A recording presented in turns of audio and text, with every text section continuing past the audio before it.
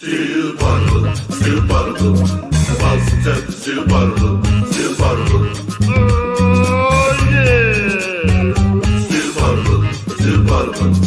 Boston, steel bottle, steel bottle. Banana and cheese.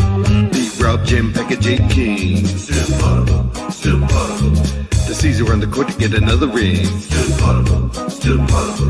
Everybody in the chat now sing. Steel bottle, steel bottle. Steel bottle, steel bottle. Boston, steel bottle, steel bottle. Oh yeah. Shut your ass up, My daddy's always had one in there.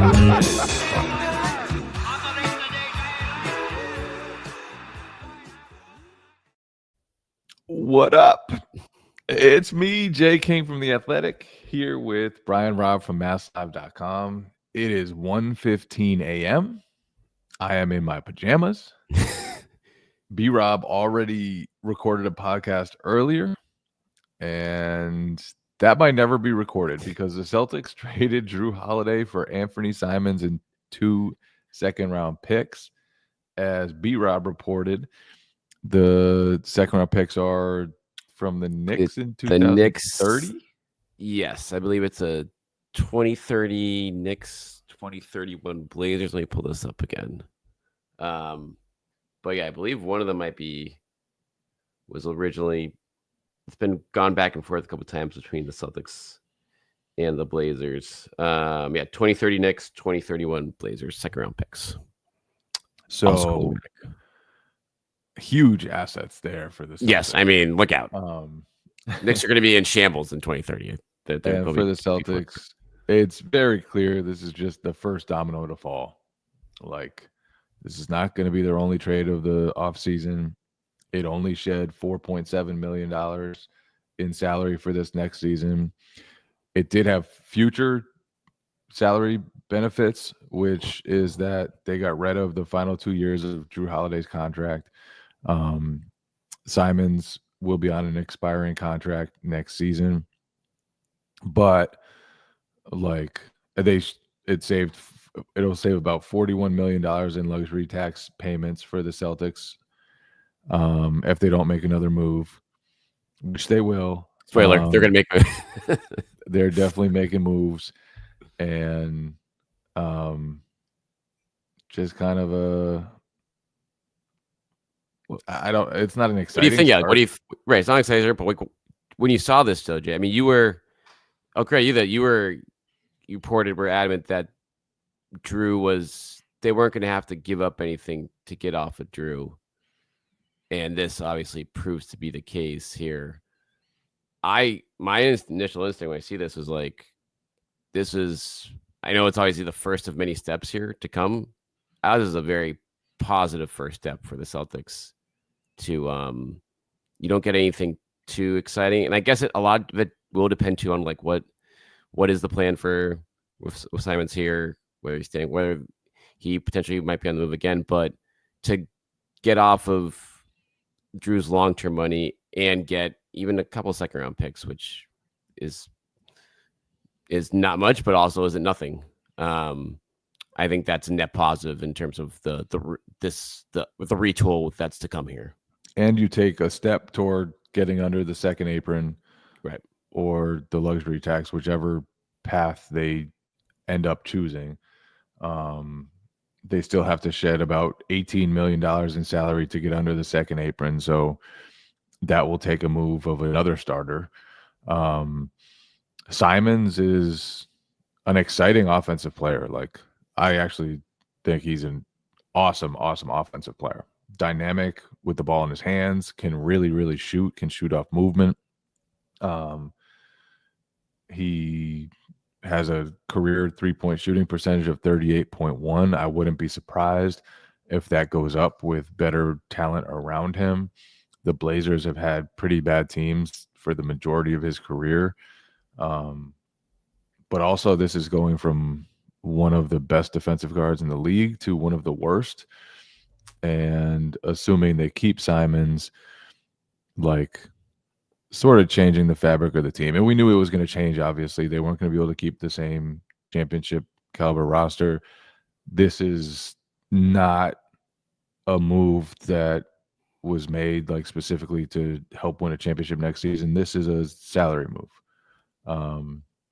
And I don't know whether they'll keep Simons. I don't know if they know whether they'll Yeah, keep right. Simons. Right. It They're was a going to name. keep. It was a name that was on the. I feel like he was a name that was popular in the trade market for last year because I think of just a glut of guards in Portland. Yeah, and for them, this opens a path for Scoot Henderson, Right. who was the backup point guard last season behind Simons, but was a third overall pick and somebody that clearly they want to give more room to grow.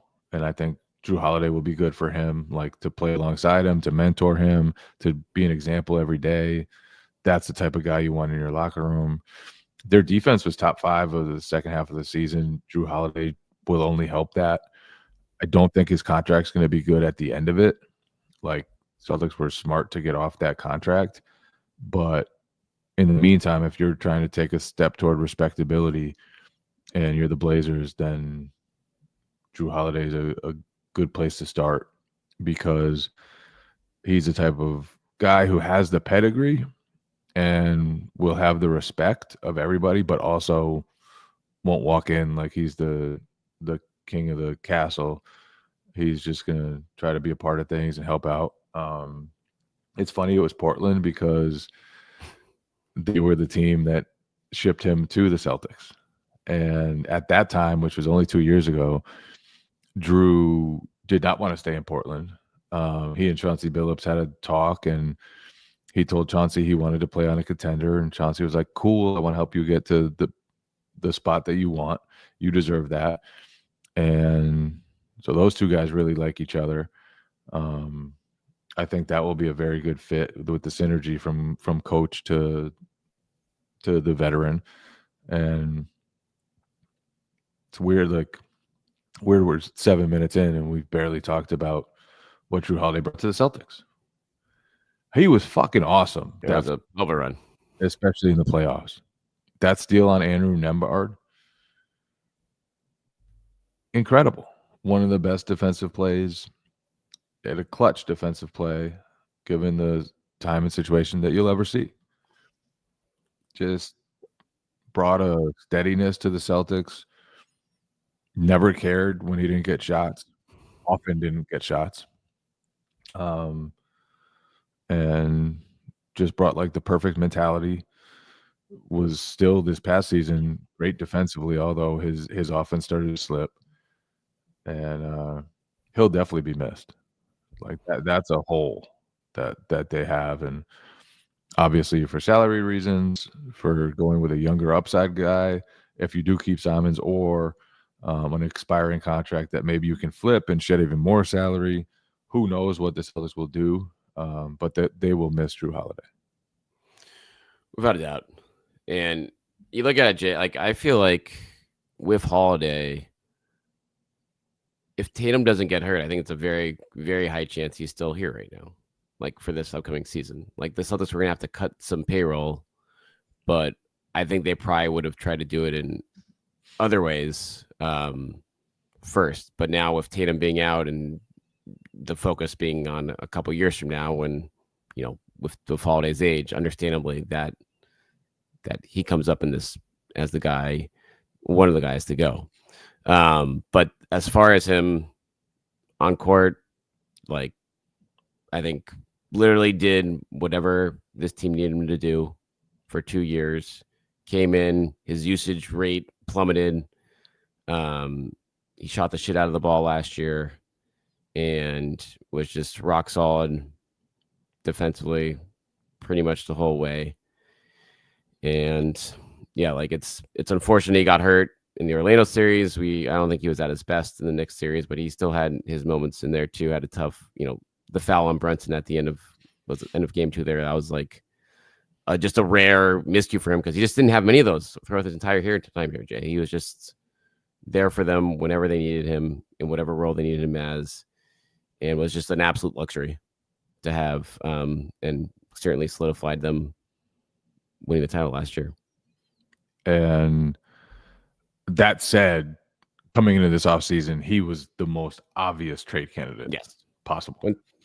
without doubt. It's- Once Tatum goes down, Once Tatum goes down, you look at the contract, you look at his age, he's 35. He'll realistically could be 36 by the time Tatum comes back. He'd already started to slow. Like you could not have found a more obvious trade candidate, and his salary was enough that you could, like they did, bring somebody in who's a young prospect, youngish prospect. Simons is 26 now. And also makes less money than Jrue, so you save some money there. So kind of feel like they're going to be like the paperclip, like trying to turn a paperclip into what do the people try to turn a paperclip into? I don't know, a car. like it might just be where you get the guy who makes 27.7 million, and then you try to move him for a guy who makes 25 million, and then you try to move him for a guy who makes 22 million. But I honestly don't know what the market for Simons would be. I'm not sure the Celtics do. I think if they had somewhere to send him right now, it would be a 3-team trade, and they would be taking back less salary than they did in this deal. He is extension eligible. We should say that, though I don't anticipate anything like that happening right now. One of the reasons for this was, like we said earlier, to shed the latter 2 years on Jrue Holiday's deal. This is about flexibility. It's about shedding money. It's about beginning to transition from a championship team to hopefully what they hope is their next championship team. And this is just the start. It's going to be some retooling. I think we all knew it was coming, but then when you see Jrue Holiday get traded for Anfernee Simons, it's just like, this is weird. yeah. You know, I still think he's going back to Portland. Just to him going back to Portland, like in a full like bizarro world stuff after 2 years ago. It's a fascinating swing for Portland. It makes sense given how well they played in the last couple months of last year, and just like a fit thing. And as you talked about with the contract, like their books are very, very clean long term beyond Jeremy Grant. Like they can afford to take Jrue Holiday's deal here and still have plenty of cap space going forward, if they want it. You know, they're gonna have to pay some of their up and coming guys that are eligible for rookie extensions eventually. But yeah, like this is there were only so many teams out there that could take that type of deal and want it to be good now. But this is just a sign of, I think, where we're going in the NBA right now. Like teams just want to start taking swings and getting aggressive to get better quicker here. And Portland feels like their window's now, and if they're not going to attract free agents to Portland, then go get Jrue Holiday for maybe a guy that you didn't necessarily want to be part of your future in Simons. Yeah, and I do think Henderson is like probably the biggest part of getting rid of Simons. Like once Henderson got drafted, it was pretty clear that duo just wasn't going to be sustainable long term. In Holiday, you just get a much better defensive minded guard, somebody who can play shooting guard defensively, and with Kamara and Avdia and Klingon, like they've got some really good defenders. Rob Williams, yeah, when he stays healthy. Matisse Thybulle. So they have a lot of pieces to what could be a great defense. Is Henderson ready to be their starting point guard? I don't know. It hasn't been great over his first 2 years, but he grew a lot in his second season. And I like him. He seems to be a worker, clearly big and physical, and like he improved a lot. So, but for the Celtics, like just getting Anfernee Simons is weird. And like I figured a Jrue Holiday trade would probably clear the path for Peyton Pritchard to have a big season. And instead, this kind of muddies the waters for Peyton Pritchard if Simons does stay. because he's sort of a similar offensive threat. Shoots a ton of threes, can handle the ball, can play without the ball, and he's another. He's taller than Pritchard, but not really someone who guards up very well. So it'd be a weird fit with Pritchard next to Simons. But that's not what this is about again. But at the same time, like, just a sign that things could get weird in the short term. like, do you really think Derek White, Peyton Pritchard, and Anfernee Simons is like an ideal backcourt? I would be stunned if that's the backcourt they start. Like, from just like looking at it tonight, like, we know changes are coming, but even like that backcourt, I would be pretty surprised if all those guys are here like opening night in that form. And that for financial reasons and for just like fit reasons, like you said. And this was a start to getting under the second apron, but also didn't put a huge dent in getting toward that second apron. A lot of work.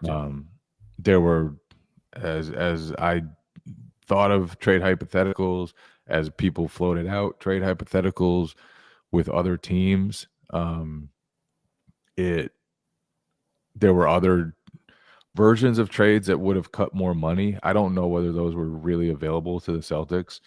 Some of the teams that were reported as Jrue Holiday suitors, I was told tonight, weren't really Jrue Holiday suitors.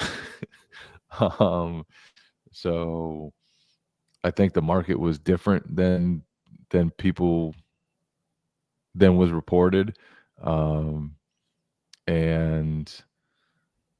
I don't know what the other options were, but to shed only $4.7 million, it just goes to show like there's a lot more coming. Because now, I mean, to get under the luxury tax, you still have to get like 38 million ish, almost 40 million. You have to trim off your salary, which would be seriously painful cuts. And even getting under the second apron now, it's not like you can just trade Jrue Holiday and Sam Hauser and call it a day. Like, now you're going to have to trade at least one more starter. And so we'll see how all that shakes out. I do think like Kristaps Porzingis is I think he's being shopped, which, no surprise, but I don't know what the market for him is. I don't know how much value he has right now after the way he played in the playoffs and the lack of availability he's had for the duration of his career, but including since he got to the Celtics. And but now, at the very least, the Celtics have two like big expiring contracts with Porzingis and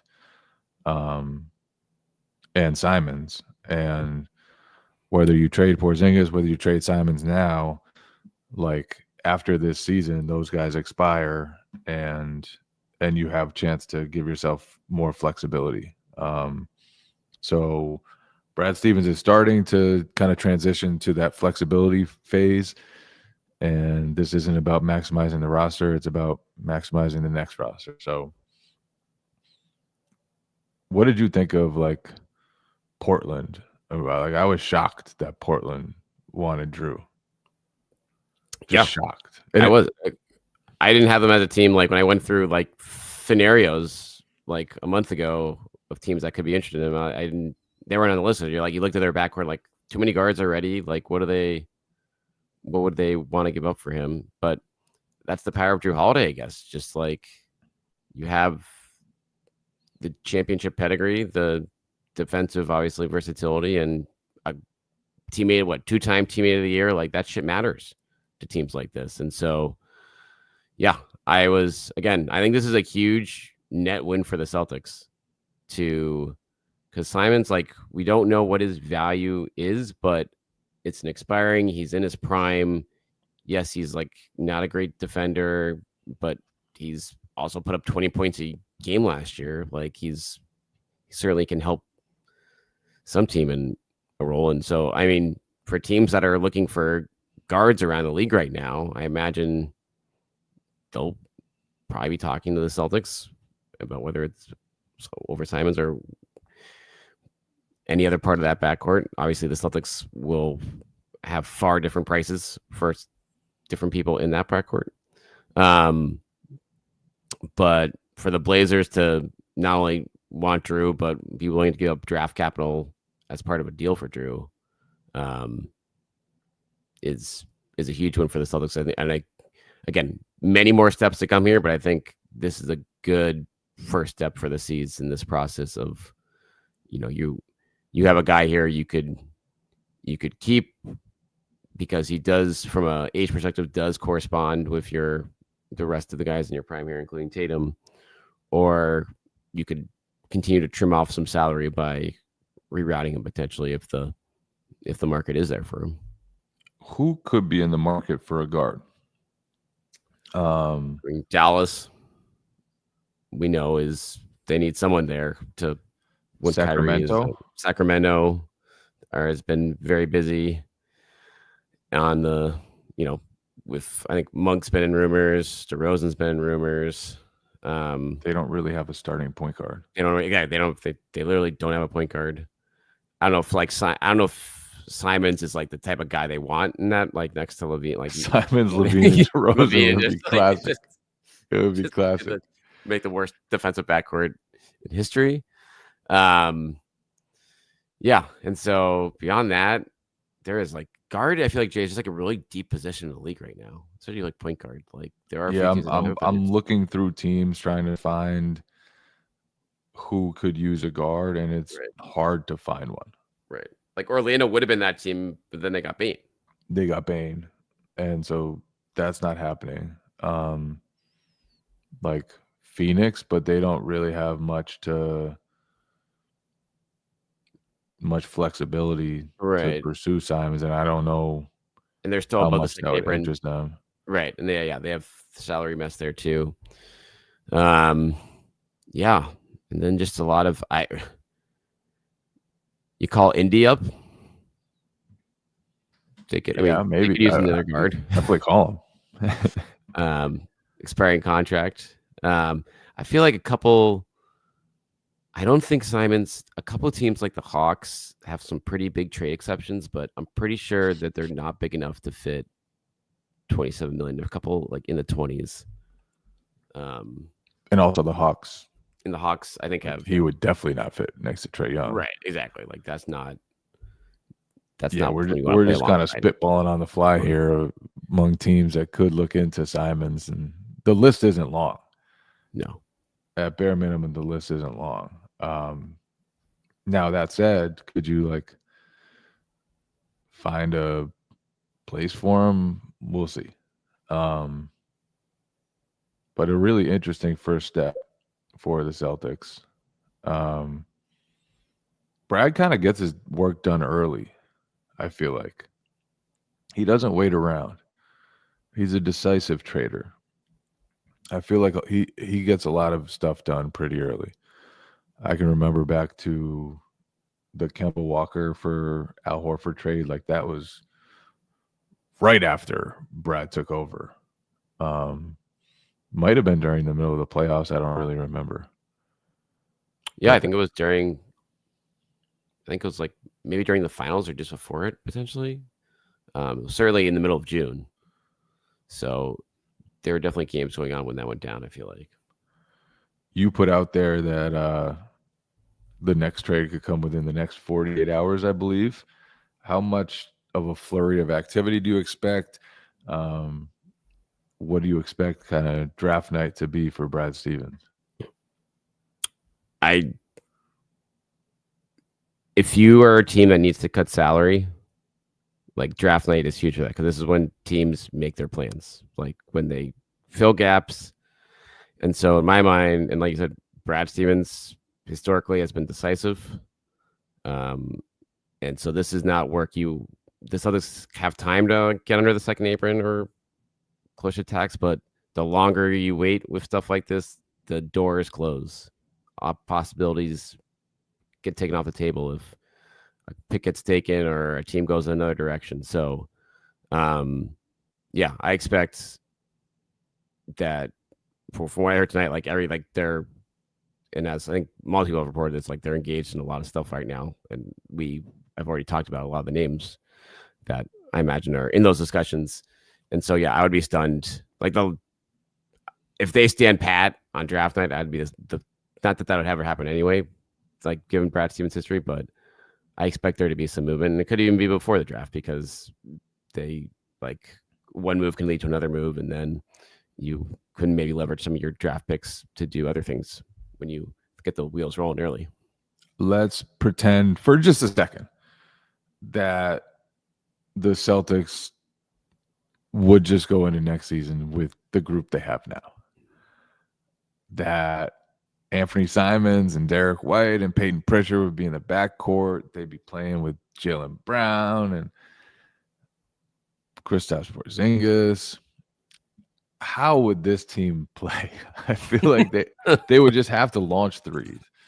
They would play not necessarily like a lot smaller lineups, but like with Simons in place of Jrue Holiday, like you just go from defense, low usage to, really dynamic playmaker who doesn't want to guard at all, but can also really, really shoot on really, really high volume. I just feel like. How bad is his defense? EPM, I looked him up on dunksandthrees.com. His last 4 seasons, he was 12th percentile in defensive EPM this year for actual EPM. He was 1st percentile in 2024. He was 12th percentile in 2023, 5th in 2022, 1st in 21, 1st in 2020. So he's a pretty bad defender. That is. And obviously that's just one stat. There are a lot of other stats. That's a stat that attempts to estimate his individual defensive impact. But if you're that bad and you're that bad consistently year after year, chances are it's not really lying. You're pretty bad at defense. And I think his on-off stats through the years have painted a pretty similar like that they provide more evidence to the theory that he's a pretty fucking bad defender. And I'm looking here, like his net rating, the Blazers were better with him off the floor last year. They were pretty much even net rating with him off the court, and then -4 with him on the court. And they went 8-4 in games without him. So again, that's can't read too much into that stuff, but that's generally not a great sign. But they did have a really good team defense with him playing big minutes, at least. So, but no, from that standpoint, it's fascinating to me, Jay, of like, what is his value right now on the trade market, period? Like, how is he viewed around the league? What would he potentially fetch? What type of an asset is he actually? Because the offensive flair flash is there clearly, but there also is a very real defensive downside that, or just weakness that he has clearly established over the last few years. I can't believe he's been in the league 7 years. Yeah, when I saw that he was 26, I was like, damn, that made me feel kind of old. Right? I'm old enough to remember when Anfernee Simons was like just super young, like probably the youngest guy in the league, if not very close to that. coming up next to Damian Lillard, or behind Damian Lillard. And yeah, now he's 26. Crazy. What a world. Crazy. But the Blazers giving up on him tells you how they feel about him. And that they chose Scoot Henderson over him tells you a lot, because Scoot's showing some potential, but it's not like it's a home run pick at this point of his career. We do have a question here in the chat, Jay, from Coey Jupes here. How much of it is effort with Simons? Will he put in more effort on the Celtics? I mean, that could be part of it. But also, if you have a career of evidence of not putting in effort, like, maybe it's just on you. And Chauncey Billups is clearly a defensive-minded coach. They haven't had great teams for most of Simons' time, obviously, but like, when you're that deep into your career and haven't really shown much, and last year, like, they were a gritty bunch. They were a very gritty bunch, and with him on the court, their defense was significantly better, or significantly worse when he was on the court. So yeah, not a great sign. Not a great sign. Could he be like a potent sixth man? Sure, but you had the 6th man of the year already, Right. and you didn't want to start him. So we'll see how they use him. We'll see if they use him.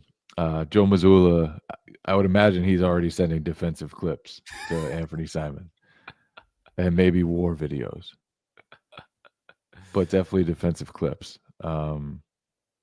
And yeah, it'll be maybe being in a better situation on a better team would help out. I definitely think offensively he could benefit from having much better players around him, like the attention on Peyton Pritchard, the attention on Jaylen Brown, the attention on Derek White could leave Simons, if he's on the team, with the best looks that he's gotten in his entire career. And he's a very good shooter. Like, I watched a lot of Blazers, especially a couple years ago, because they're the last team on. So it's like Blazers, Kings, all those teams you end up watching a lot when you're a league pass junkie. And he can really play offense.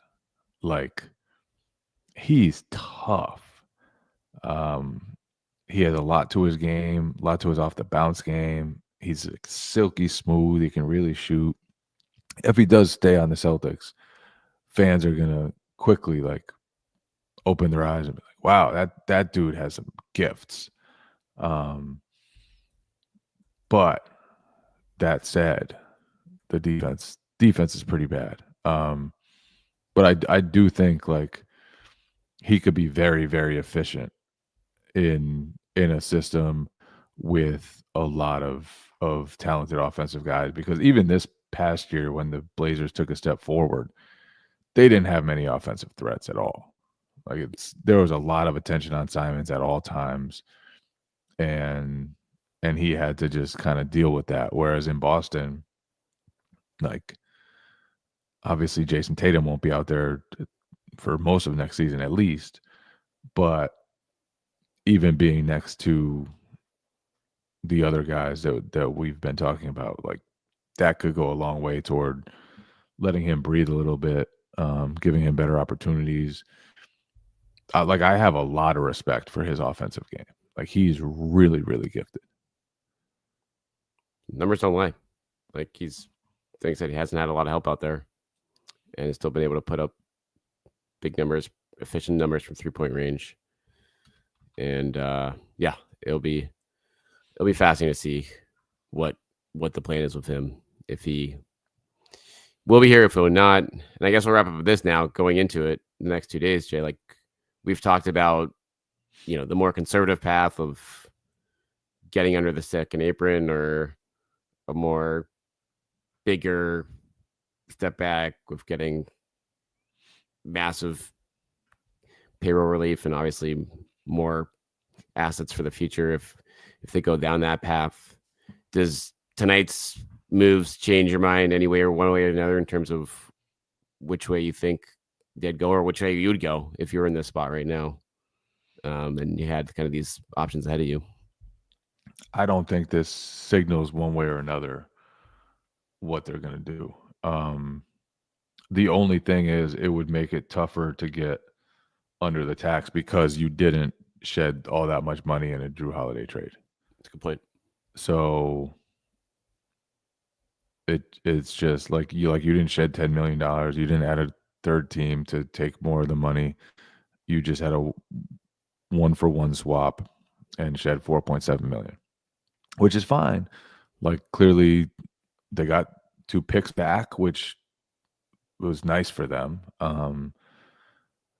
And they got a young guy who has produced a lot offensively. However, like there's still a lot of work to be done to get under the second apron, never mind the tax. So I still think it all depends on what comes their way in the form of offers. Still think it would take a lot to trade Jaylen Brown. It would take a lot to trade Derek White. I think they would be okay just being under the second apron. But obviously there are benefits to being under the luxury tax, and not just monetary for Bill Chisholm. Like if you get there and stay there for 2 years, and this is a perfect chance to do it when Jason Tatum's injured, then you get rid of the repeater tax. You give yourself a lot of flexibility. You allow yourself a chance to kind of reset and rework things around Tatum and whoever else you keep. So I think there are real benefits to that. I think they know that. Whether they are able to find a path that allows them to get under the tax, I'm not sure. I agree. It makes sense to go that way if the offer is there for it that is compelling enough to do it. I'm not sure that offer is out there, but they're certainly not going to hang up the phone on that for the reasons you mentioned. Like there is, if you're going to have to, we don't know what the payroll is. We don't know what the mandate is from this new ownership group in terms of what the spending is, but this is certainly a season where it doesn't make sense to spend hundreds of $1 million in taxes in a year where Tatum is more likely than not to be out for the year. So with that said, there's a lot of work to be done. I don't know, Jay. They're just going to make 5 or 6 trades in a row where they're just going to knock off $4 million. Just boom, boom, man. bing, bang, boom. Paper clips. Paper clips. Just swapping that paper clip. Slice and dice. Yeah, it was if that's it, if they can pull that off this week, next few weeks, that'll be something to watch. But I think regardless, I think this was a positive first step in that direction tonight as far as what they do, but certainly leaves plenty of unknown to come. Definitely. And shout out to the Lost Podcast. Shout out Packard. You and Packard had a podcast. Josh B appeared on the podcast. So sorry, Josh, that will be lost to time. R.I.P. The podcast graveyard. I'm telling you, there's some good podcasts in the podcast graveyard. It's crowded in there. It's crowded. Yeah. But anyway, we'll be here Monday through Friday as usual. Obviously, it's going to be a busy week for the Celtics. The draft on Wednesday and Thursday. And this is not the only trade they're going to make this summer. They have more to come. They have more big trades to come. And they got Anfernee Simons now. So shit's going to get weird. Shit's going to get weird. It's not going to be just guys that Brad Stevens loves and thinks can make the Celtics better. Shit's going to get weird, and we'll be here. We'll be here because we love you. See you guys soon. Still bottle, still bottle, busted, still bottle, still bottle. Oh yeah.